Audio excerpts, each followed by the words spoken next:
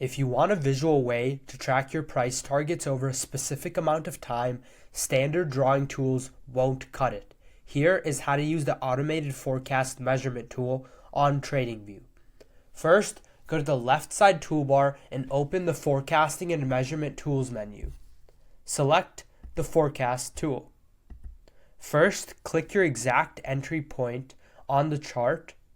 Then drag your mouse to your expected target price and target date and click again. And here's why this tool is so powerful. Once live real-time price action crosses into the time frame of your projection, the tool will mechanically calculate a success or failure tag based on whether the candles actually touched your specific target box. Let me show you an example. Say we set this forecast in the past and the time has already gone through, and say we were right here. Notice how it says failure because our forecast was not accurate. But say that we had it right here. Now it's a success since our forecast was accurate.